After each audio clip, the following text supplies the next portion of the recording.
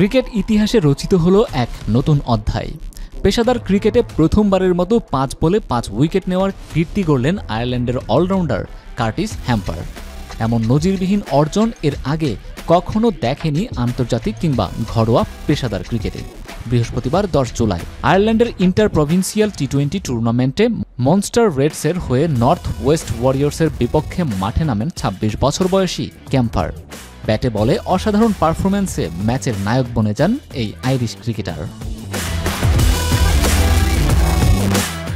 প্রথমে ব্যাট হাতে সর্বোচ্চ 44 রান করে মনস্টার রেডসকে 189 রানের চ্যালেঞ্জিং সংগ্রহ এনে দেন ক্যাম্পার।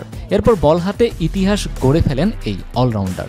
নর্থ ওয়েস্ট ওয়ারিয়র্স তখন 11.4 ওভারে 5 উইকেটে 86 রান। এমন পরিস্থিতিতে বল হাতে আসেন ক্যাম্পার। 12তম ওভারের শেষ 2 বলে 2 উইকেট এবং 14তম ওভারের প্রথম 3 বলে 3 উইকেট তুলে নিয়ে টানা 5 বলে 5 উইকেটের অনন্য কীর্তি গড়েন তিনি।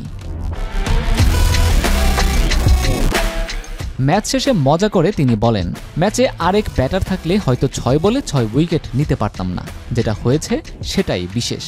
পুরুষদের ক্রিকেটে এটি প্রথম হলেও 2024 সালে জিম্বাবুয়ের নারী দলের অলরাউন্ডার ক্যালিস নর্ডলুভু অনূর্ধ্ব 19 পর্যায়ে এমন কীর্তি গড়েছিলেন। তিনি ইগলস ওয়েমেনের বিপক্ষে 5 বলে 5 উইকেট শিকার করেছিলেন।